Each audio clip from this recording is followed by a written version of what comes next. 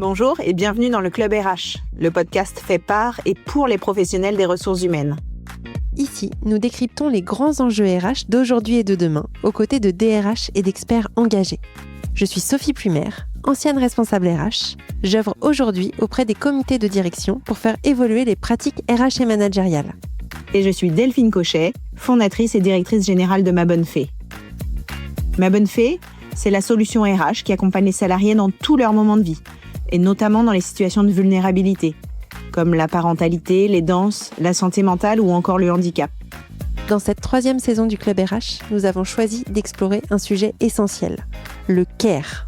Cette notion anglo-saxonne qui évoque le soin, l'attention portée à l'autre. Pourquoi ce thème ?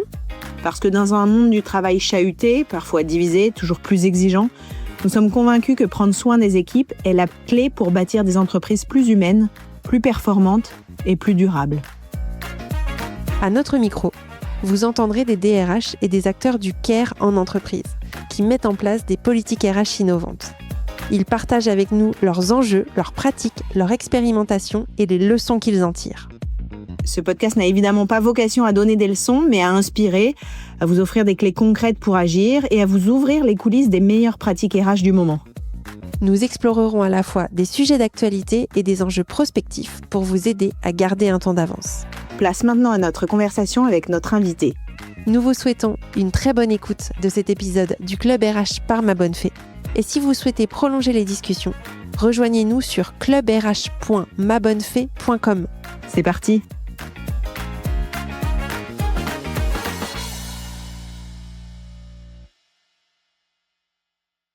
Bonjour Delphine. Bonjour Sophie. Delphine, je suis ravie de démarrer la 3e saison du podcast Le Club RH avec toi. Ça me fait bizarre, mais je suis ravie d'être là. Même si on ne te présente plus, je vais quand même te présenter. Tu es la directrice générale de Ma Bonne Fée. Et on a produit ensemble les 2 premières saisons du podcast Le Club RH, podcast destiné aux professionnels des RH. La dernière saison, on l'avait tournée autour des transformations de l'entreprise. On avait parlé de sens au travail, de culture d'entreprise, d'hypercroissance, de la manière d'accompagner les transformations. Sur cette 3e saison, on a également un thème qui est le thème du care. Cette notion anglophone où on met difficilement des mots... On n'a pas de terme exact. On n'a pas de terme exact, voilà. Qui inclut toutes les notions qu'il y a derrière le terme care. Voilà, donc c'est plutôt la notion de soin, d'attention à l'autre. En quoi cette notion du care est si importante pour vous chez Ma Bonne Fée au point d'y dédier cette 3e saison du podcast? Donc, Ma Bonne Fée, pour ceux qui n'auraient pas suivi, on a rejoint un groupe qui s'appelle le groupe Menway il y a 18 mois à peu près.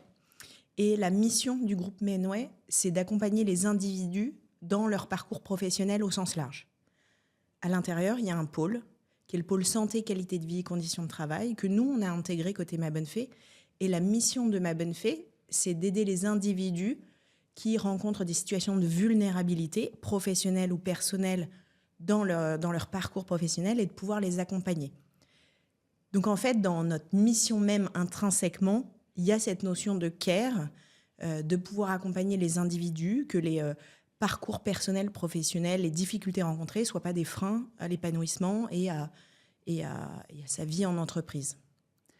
Quand on parle de soins, on va peut-être penser au bien-être physique. On en parlait juste avant. Une personne, on lui a dit qu'on allait faire un podcast sur le soin. Il dit « Ah, c'est quoi le massage ?» etc. Non, c'est pas ça. On peut penser aux professions médicales ou paramédicales.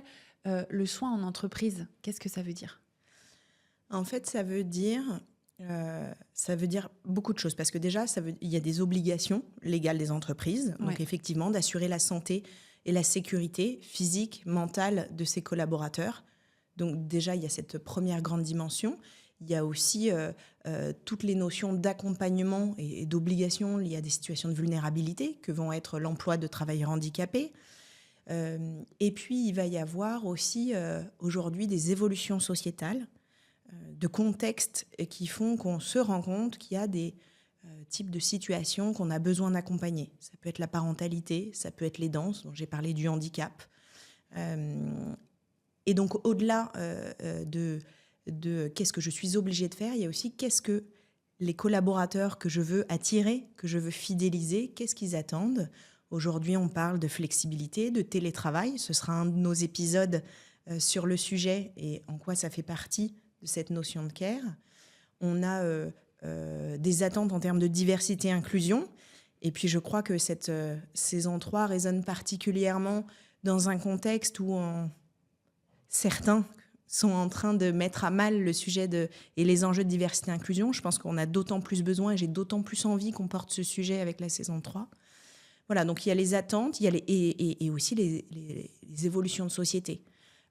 On en parlera également. On va avoir un tiers de personnes dans nos effectifs de salariés qui auront plus de 50 ans prochainement, un quart qui seront aidants. On sait qu'on a un quart de familles qui sont monoparentales. Donc tous ces sujets de société s'invitent dans nos entreprises et nous invitent à prendre soin de nos collaborateurs pour prendre soin de l'entreprise et assurer évidemment derrière des enjeux de performance, d'efficacité et évidemment des enjeux business.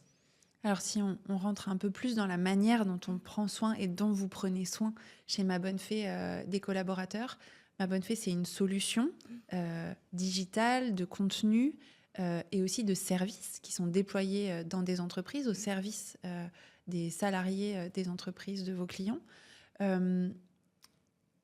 Les collaborateurs, quand ils ont besoin d'avoir accès à vos services, ils font appel à un care manager. Donc, une personne qui est dédiée aux soins de ses collaborateurs. Est-ce que tu peux nous en dire plus sur la mission de ce care manager ? Alors, le care manager, certains de nos clients n'aiment pas le terme anglais parce qu'effectivement, c'est un terme anglais. Mais encore une fois, moi, je trouve qu'il n'y a pas de... Parfois, c'est un conseiller santé et social dans certaines structures. Parfois, c'est un consultant social, un consultant parental. On peut lui donner d'autres noms. Moi, j'adore le terme de care manager. C'est un peu Ma Bonne Fée, quand même. En fait, ce qu'il y a derrière, c'est que les clients chez lesquels on se déploie rencontrent souvent un enjeu et on en parlera peut-être aussi, de multiplicité de sujets, comme j'en parlais, la multiplicité des types de vulnérabilité, que ce soit parentalité, aidance, handicap, santé, les difficultés financières, logement, toutes les difficultés liées à la vie professionnelle, la retraite, on en parlera aussi, les risques psychosociaux. Donc, tous ces types de vulnérabilité, en fait, la question souvent de mes clients, c'est qu'est-ce que je fais ? Quelle est ma priorité ? Comment je peux faire pour accompagner tous mes collaborateurs ? Et c'est la dimension qu'on a voulu donner au care manager, c'est cette capacité de premier niveau à écouter une problématique d'un collaborateur qui parfois rencontre des polyvulnérabilités. Donc, c'est pas toujours un seul silo, ça peut se croiser. Avec une multitude de dimensions qui peuvent être la partie santé mentale coaching, qui peuvent être la partie plus administrative.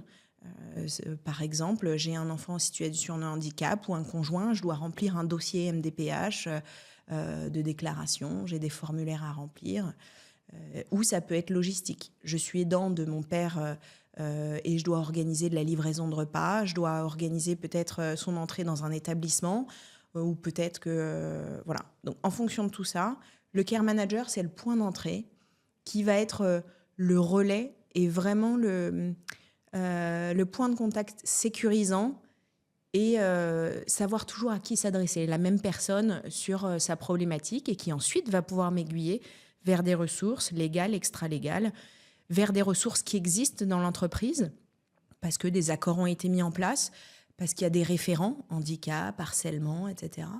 Et puis qui vont pouvoir aussi aiguiller vers des ressources de nos experts propres chez Ma Bonne Fée, qui vont être des assistants sociaux, des psychologues, des coachs, éducateurs spécialisés, etc., en fonction de ma problématique. Ce que j'entends, c'est que le care manager, donc c'est le point d'entrée, comme tu dis, mais pour bien faire son métier et pour bien prendre soin des collaborateurs, il est très à l'écoute, sans jugement, ouvert, pour comprendre finement la problématique du collaborateur en face, quitte parfois à lire entre les lignes et à identifier les polyvulnérabilités, comme tu les appelles. C'est ça. Il a à la fois la capacité et la compétence de faire s'exprimer la problématique, et il a aussi les outils qui lui donnent. Typiquement, on a des bases de connaissances quand on se déploie au sein d'une entreprise, au sein d'un contrat santé, parce qu'on travaille aussi beaucoup avec le secteur mutuel, assurance, dans le cadre des contrats santé collectifs. On a cette base de connaissances qui lui dit que dans cette situation, cette personne, en fonction un peu du scénario, il sait à quelles ressources il va pouvoir faire appel. Ça fait plus de 5 ans aujourd'hui que vous êtes déployé dans les entreprises. Vous intervenez auprès de dizaines de milliers de salariés. Comment est-ce que tu as vu évoluer le sujet des vulnérabilités en entreprise notamment? Alors c'est marrant, je discutais avec une personne il n'y a pas longtemps qui m'a dit « Aujourd'hui, on n'a plus le choix. Les phénomènes de société s'invitent dans nos sociétés, dans nos entreprises. » C'est-à-dire que la société au sens large, en fait, se vit dans les sociétés, les entreprises. Quand avant on disait on n'amène pas les émotions du perso au pro, etc. Là, on parle des émotions, mais on parle des situations personnelles aussi, quoi. En fait, je pense qu'il y avait peut-être dans certaines entreprises, il y avait quand même il pouvait y avoir un côté paternaliste où tu as certaines entreprises historiquement qui fournissaient des logements, etc. Oui. Mais aujourd'hui, je vais te donner des exemples. On parle beaucoup, et c'est notre expertise historique autour de la parentalité. De la conciliation vie pro, vie perso. La parentalité, c'est vraiment invité comme un sujet phare des politiques RH, de la politique du care qui est mise en place. C'est souvent un peu un des éléments qu'on va aller déployer. En fait, je parlais tout à l'heure d'un quart des familles qui sont monoparentales. Ça veut dire que ça peut avoir un impact sur les personnes qui travaillent dans mon entreprise. Parce qu'une personne en situation de monoparentalité peut ne pas pouvoir prendre ce déplacement ou cette promotion de mobilité parce que sa situation personnelle l'en empêche. J'ai parlé aussi des aidants et on en parlera dans un des épisodes sur les accords qui se font dans les entreprises avec les organisations syndicales, etc. Donc les situations rencontrées dans la vie vraiment arrive en entreprise. Un autre sujet que nous, on a vu vraiment exploser ces dernières années, et c'est quand même assez récent, le sujet de la santé des femmes, au sens très large. On parle des sujets de PMA, de fausse couche, d'endométriose, de ménopause. Tous ces sujets-là, aujourd'hui, moi, sont traités à la fois par notre solution. Typiquement, au mois de mars, on animera un sujet autour de l'endométriose, et ça fait partie des sujets prioritaires de mes clients. Tu as mentionné, quand on parle de vulnérabilité, c'est le spectre est énorme. On va parler aussi bien de la parentalité que du handicap, que de l'aidance, mais aussi aller dans le sujet santé des femmes, les familles monoparentales, etc. Donc, c'est vraiment très large. Vous avez cette capacité à adresser tous ces sujets. Les RH ont peut-être moins cette capacité à absorber tous ces sujets et sans les adresser de manière fine, peut-être à les comprendre, à les prendre en charge. Quel impact, vous, Ma Bonne Fée, vous avez auprès des équipes RH pour leur permettre d'adresser ces sujets-là? Comment tu mesures l'impact de votre action auprès de l'équipe RH? Alors nous déjà, quand on est déployé et comment on travaille, on vient souvent nous voir dans le cadre de, typiquement j'en parlais, des accords aidants, des accords égalité pro, des accords QVCT. Derrière ces accords et ces négociations, il y a une volonté de mesurer des choses. Je vais donner des exemples tout bêtes, de mesurer le nombre de congés paternité qui sont effectivement pris, le nombre de congés temps partiel qui sont pris par des hommes. Tu peux avoir le nombre de personnes aidantes qui auraient été accompagnées d'une manière ou d'une autre dans l'entreprise.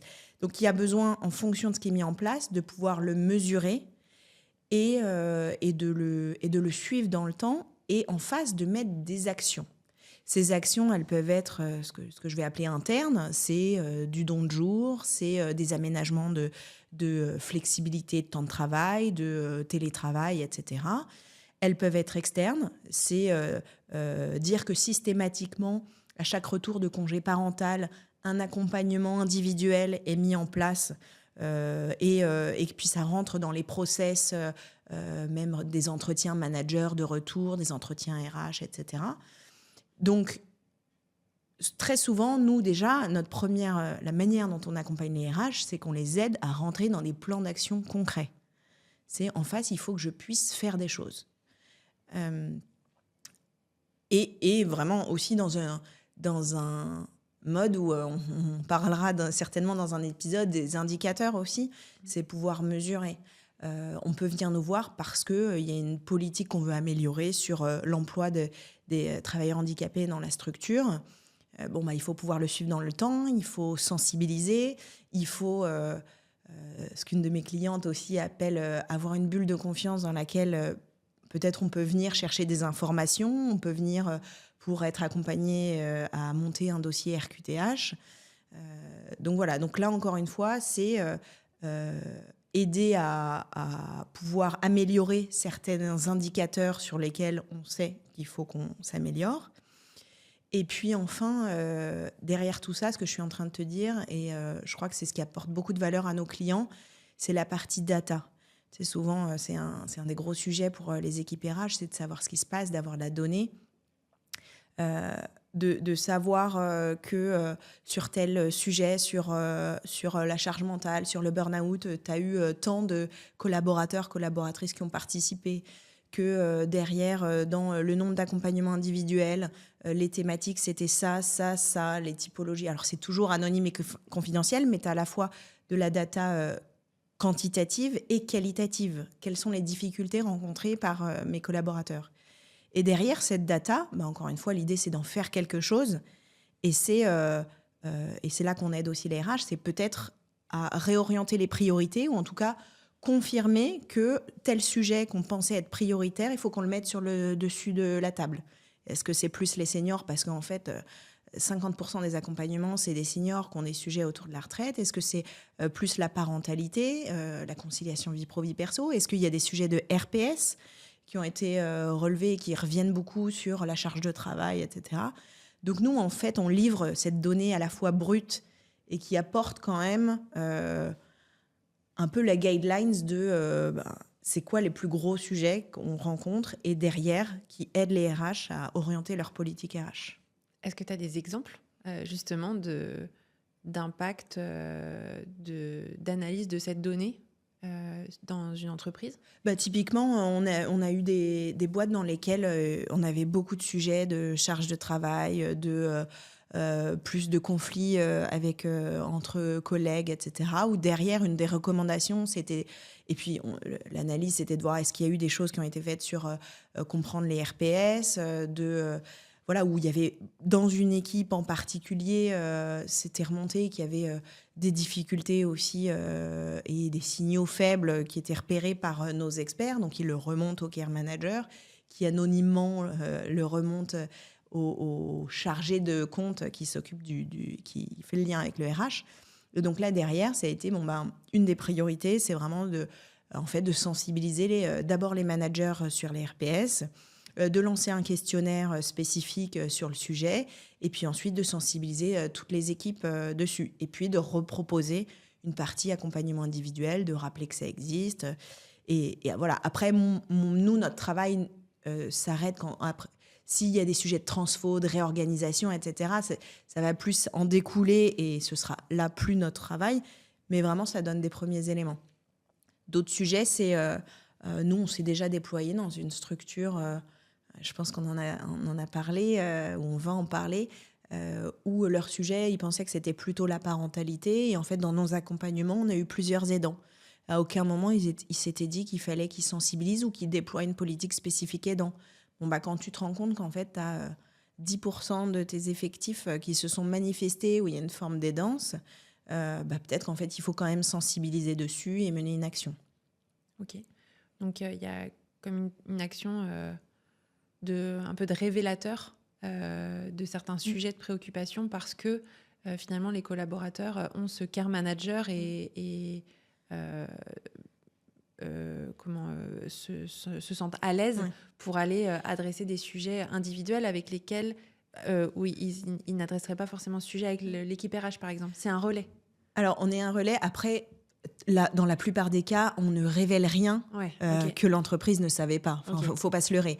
C'est plus que c'est comme si en fait, c'est un peu comme on sait très bien quelque chose soi-même et quelqu'un d'extérieur nous le dit et on se dit et ça fait plus tilt quand quelqu'un de l'extérieur le dit que c'est remonté, qu'on a un rapport chiffré et qui dit la priorité là, il y a quelque chose à faire sur le management intergénérationnel ou sur tel sujet parce que clairement.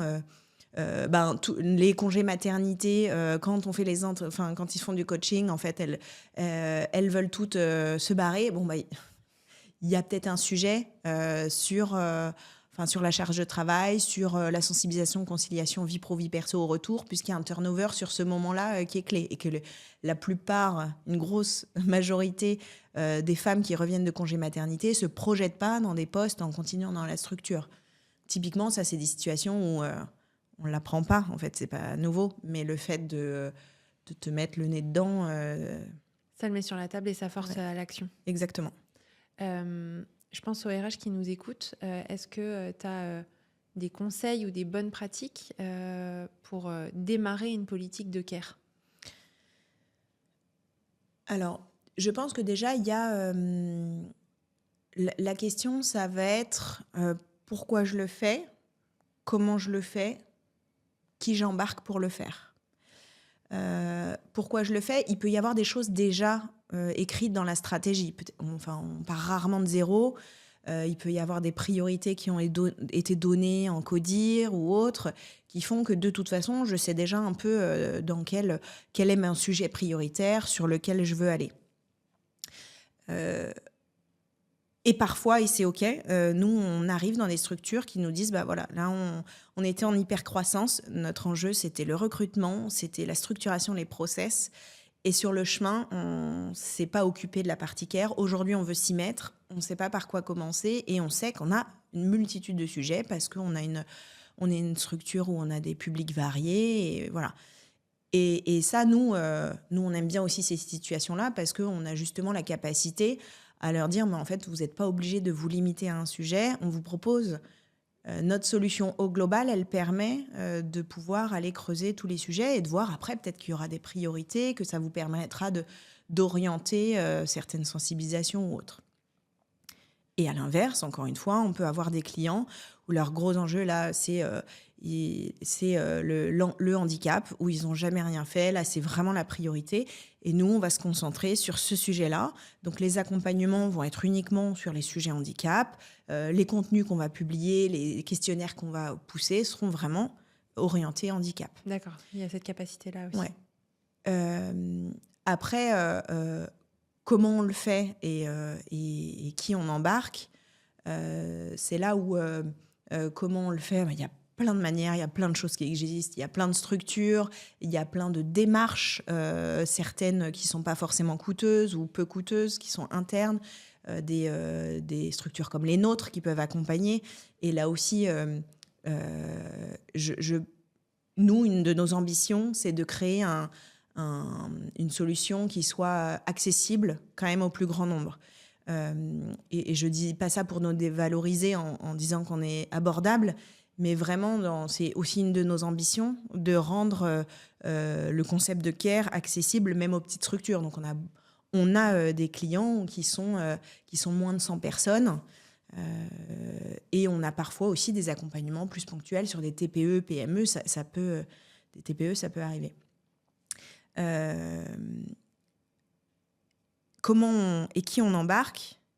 En fait, ça, c'est aussi les facteurs clés de succès. Alors, il y a soit on a juste une case à cocher, on fait le truc, j'ai envie de dire peu importe, mais ces cas-là, on y répond aussi. Et moi, ma vision, c'est que...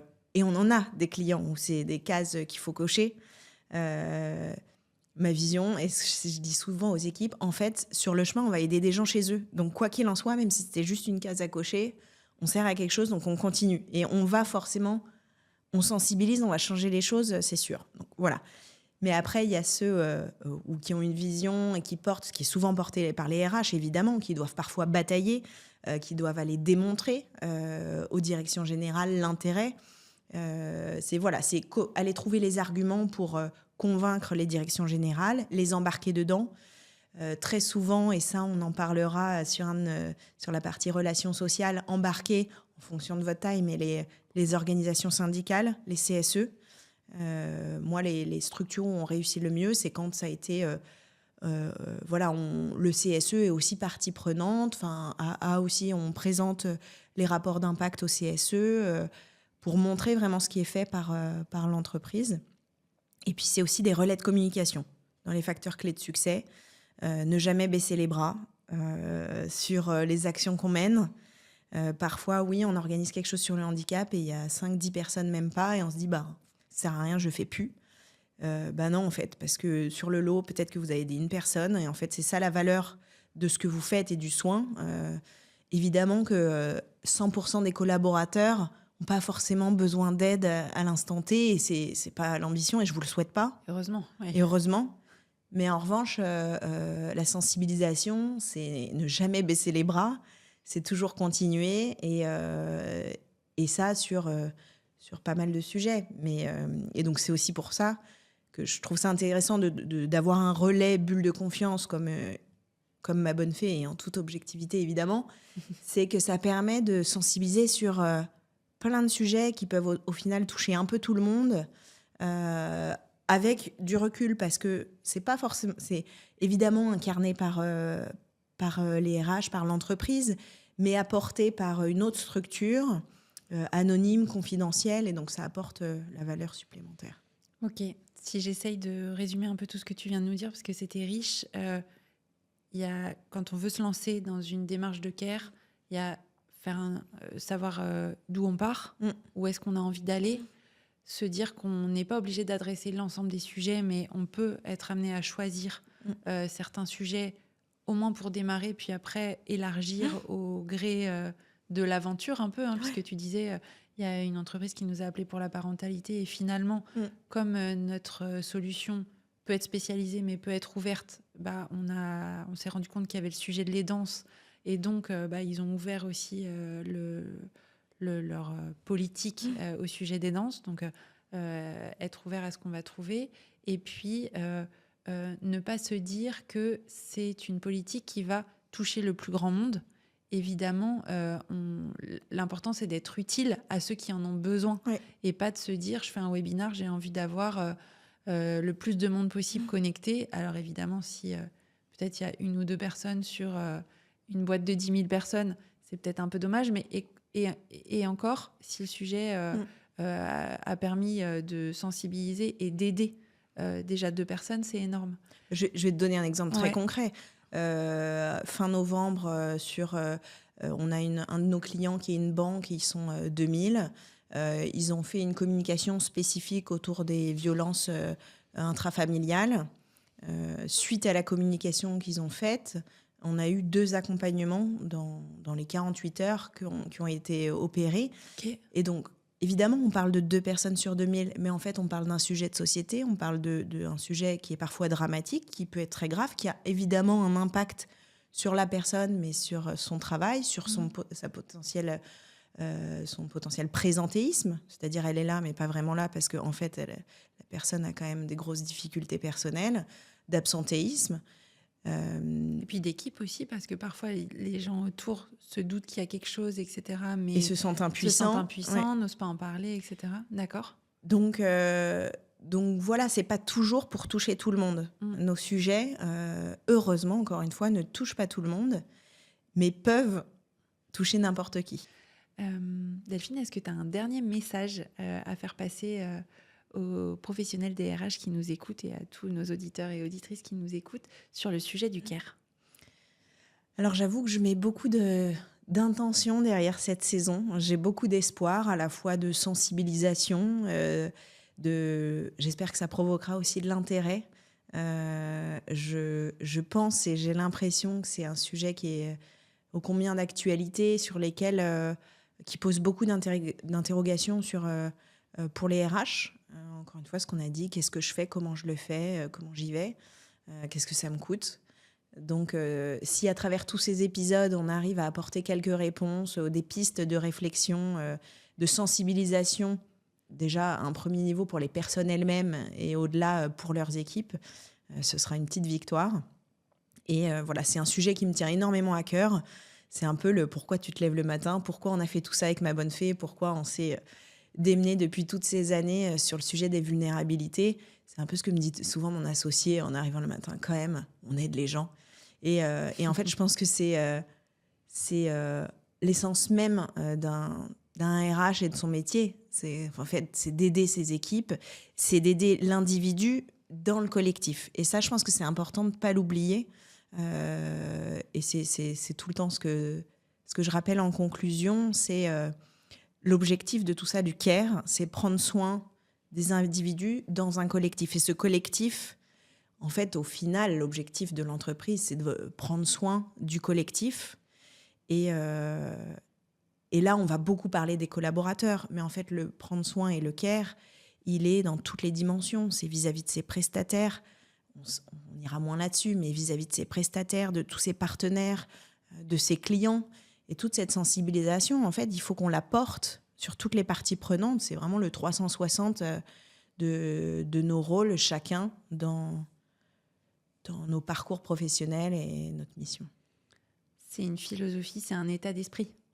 Ouais. Et je pense que plus on sera nombreux à l'incarner, et mieux le monde du travail se portera. Et bonne saison. Merci à toi, j'ai hâte. Merci beaucoup Delphine pour cet échange. Merci. Clap de fin. Merci pour votre écoute. Nous espérons que cette conversation a alimenté votre vision et votre plan d'action pour porter des actions de care dans votre organisation. Si vous souhaitez prolonger la discussion et découvrir les services de Ma Bonne Fée, rejoignez-nous sur clubrh.mabonnefée.com. Et une dernière chose avant de vous quitter, pensez à vous abonner sur votre plateforme d'écoute préférée afin d'être tenu au courant des prochains épisodes du Club RH. À bientôt!